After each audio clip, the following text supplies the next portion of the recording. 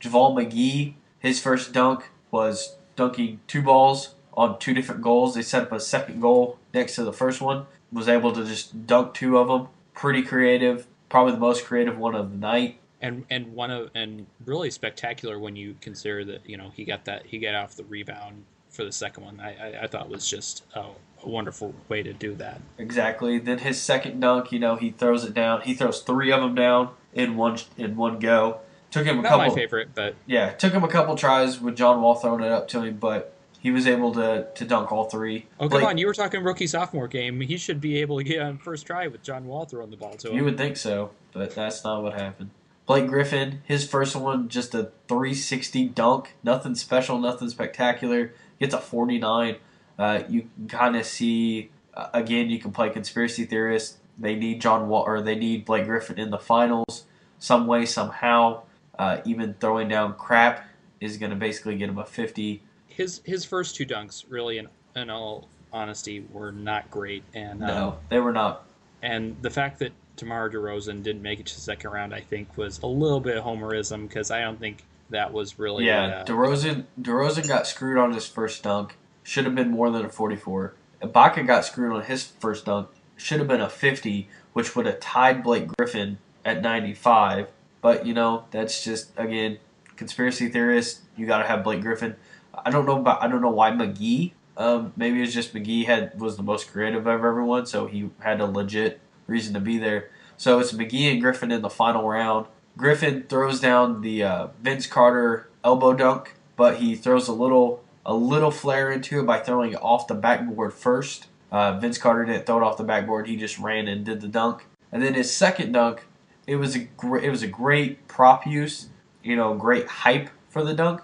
He dunks over a car, but he has Baron Davis throw him the ball from the sunroof, and then he dunks it over the hood. The biggest problem I had about that dunk was of all the dunks that night, he took off somewhere on the inside circle in front of the free throw line. He didn't jump from very far out. He got some lift on it. He didn't get a whole lot of lift on it, and it was just a simple dunk. He didn't really do anything spectacular. No, and I think that was the problem. Was there? Okay, you jumped over a car. We kind of assumed that you have ups enough to do that. The one prop I will give him for the dunk, he did it on the first try. Him and Baron Davis did it on the first try. There wasn't several tries to dunk it over a car. This was kind of one of those ones where if you didn't get it on the first try, it wouldn't have been as spectacular as it kind of came out. Then McGee does I think it was a retro Jordan dunk. The kind of the side sway and dunk. Going to the side. Yeah, that was cool. But the cool part about that dunk was since he's 7 foot tall, he literally had to duck underneath the backboard as he was doing the dunk. I don't think the judges gave him a lot of credit for the fact that he was 7 foot tall, but it required a lot of coordination for him to be able to make well, here's the thing though, and this is my biggest beef or I guess my second biggest beef with the dunk contest. The final round is fan votes. There are no judges. You don't get scores. The NBA has given the fans way too much control over All-Star Weekend, and it's turning this into a joke. Blake Griffin, no way, shape, or form deserves to win, but because there was so much hype for Blake Griffin, and it was in LA, and he has the dunks all year on SportsCenter. He wins 68-32. And that's percent. That's percent of the vote. Yeah, and that's percentage of the votes. So it's really hard to say Blake Griffin deserved to win this because I don't think he did. I think a car overdid it.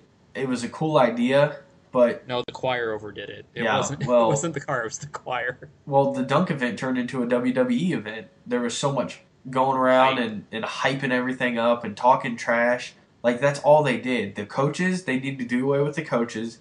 Just return this to the simple dunk contest that it used to be. You didn't see this crap when Vince Carter was dunking. You didn't see this crap when Michael Jordan was dunking. And you didn't see this crap when Larry Nance was dunking. Why do we need it now? Why do we need to go out and try and get the 12 to 15-year-olds to watch the dunk contest? When I was 12 and 15 years old, I was watching dunk contests because the dunks were awesome. Not because you have some choir coming out singing. Not because you have Chris Webber talking trash to Dwight Howard. Give me a break. Just dunk. I will tell you my biggest problem with the slam dunk contest, and this is a beef that I have, going back a couple years with Andre Iguodala, Josh Smith, guys like that. The guys who bring the best dunks are not winning this contest. No, they're not. Not even close. And that's what's really disappointing is you're seeing the guys who are constantly being some of the best dunkers. You look at the clips of Andre Iguodala a couple of years ago; they absolutely were fantastic. But he didn't make it even to the final round, and I think that's just a shame because I mean you've got talented dunkers in the league, but they don't want to dunk for this contest because every one of them see that it's going to go to the fan favorite regardless of how great the dunks were. It's going to be about height. Yeah. So they need to they need to give the judges back the final round. Get rid of fan voting. Next year, two people that need to be in this contest you need to bring back DeMar DeRozan. This is kind of hard because, I mean, they all did somewhat pretty well. McGee, I mean, you can make a case for McGee. Obviously, you can make a case for Griffin if Griffin wants to show up and actually do some dunks. I thought he could be the savior of the dunk contest, and McGee was the savior of this dunk contest. He was. But two guys that I think could legitimately do something spectacular, James Harden and Russell Westbrook. They can throw it down. And then I mean maybe even expand the dunk contest. And that way you can bring back, Brandon Jennings. Just, all you have to do is say first round you get one dunk, and then, top three guys go for That's how the old dunk contest used to be. But the problem is there's just it's too long. They either need to cut an event, which you have made a whole lot of, push for them to get rid of the Shooting Stars contest. I think Shooting Stars is interesting. Could it be done first night? I think it could. I just don't like it because any event that to win the event you have to hit a half court shot, and we're watching a team take 17 to 20 half court shots just to make it. It's not very fun. And then when you shoot out of order, they say before the thing, if you shoot out of order and you make it, your team is automatically disqualified. And Rick Fox of the Lakers does that, and yet LA isn't disqualified on their first round, is crap. If you're going to have rules, then follow the rules. This isn't hard. Also, I have to say, the Team Texas thing is a sham. It really is. You don't need to have Texas. 3 teams. And then again, where's Team Indiana? Why do we not have Reggie Miller, Danny Granger, and Tamika Catchings out there? That's just a trio just waiting to dominate that event. You mean you tell me Reggie Miller isn't going to just stand there and light threes all day and make half-court shots like he's shooting just street hoops? Again, All-Star Saturday Night has the biggest problem of we're still waiting for the big names to come back, and they still are not coming back, and there's something keeping them from coming back. And I say it's just the competition's not there. I mean, speaking of competition, the All-Star game Sunday night, it was competitive, but I almost feel like it was too competitive. I didn't feel the fun in this game. They showed LeBron James coaching up the East team to try and win this game. And I understand there's a lot of pride that goes along with it because you want to show that your conference is the best conference. But where was the excitement? Where was the fun? Where you had Kobe Bryant going out there basically doing what Kobe Bryant does on a nightly basis. 37 points, 14 rebounds, 3 assists, and 3 steals. I mean, the guy doesn't pass the ball. All he does is shoot. This is the same thing that we see every night, and he wins MVP for that.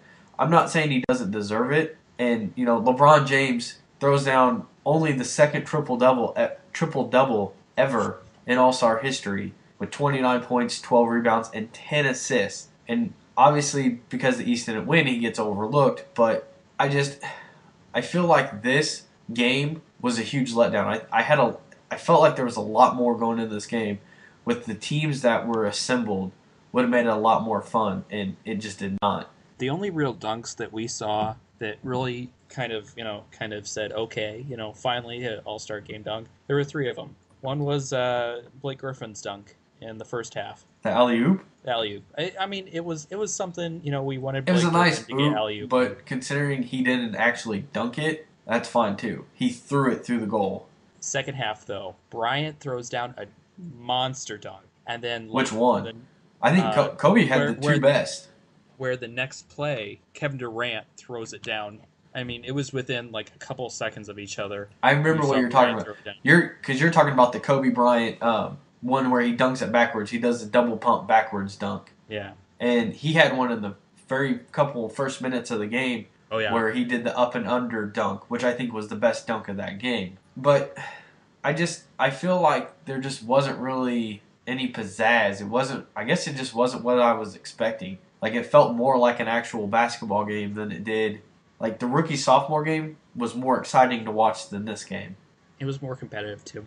It was. The West won this one 148-143. Like we said, Kobe Bryant wins the MVP. His fourth All-Star MVP ties him with Bob Pettit. Kobe's 37 was 5 off of the record that Wilt Chamberlain holds of 42. And this is one thing. If you ever break a Wilt Chamberlain record, that just goes to show you're more of a ball hog than he was. Can we talk about the All-Star Game being the only contest in which you'll see more threes from the big men than you will from most of the shooting why guards? is Dwight Howard shooting threes and airballing? Did you see Ray Allen's first three? It was an airball. It was good. And Pierce had a really bad one too. Yeah, but it was pretty Chris ugly. Bosh made 2 3-pointers in the game. Chris Bosh also took the last 3-pointer for the East when he shouldn't have. No, he shouldn't have had the ball. But there was a silver lining to that. This does mark a record, the first time this season that we've actually seen Chris Bosh. Because I mean, seriously, Chris Bosh has just absolutely disappeared this entire season. But the funny part is he puts up like 20 a night. But because he's the third best player, 18 and 10. Yeah, but because he's the third best player on his team, he doesn't get any credit. And he's not a bad low post player. He doesn't need to be taking threes. I know he can make them, but so can Juwan Johnson. And I would never support Juwan Johnson shooting threes. Okay, but here's the other thing. Bosh is getting paid at like a franchise player in the league. He's not a franchise player. He's a legitimate low post player. And one of the better low post players. You could build. I mean, he's as much of a franchise player as Carmelo is. They're not going to single handedly win you a championship. And truthfully, in my eyes, there is no player single handedly is going to win you any championship. Because LeBron proved that. Not even LeBron. Michael Jordan, the greatest basketball player of all time, couldn't get it done until they got Scottie Pippen. Everyone needs a sidekick. And that's just how it is. And so, Bosh up in Toronto, Bosh was never going to get his Scottie Pippen. So going to a team where even if he has to be the Dennis Rodman of that team, it's still going to mean championships. And that's all that really matters. I guess that's it. That's all for the show. I think so. Not too bad. A lot to talk about. A lot of NBA. I know the last couple shows have been, basically NBA shows, but that's really all that's going on. NCAA will start getting into... we have the NCAA tournament coming up next month. I will have a quick hits episode out sometime this week because the Pujols deal to me is a big deal. We just had the top 4 NCAA teams all lose in the same week. To me, that's a big deal. And the Daytona 500 was on Sunday.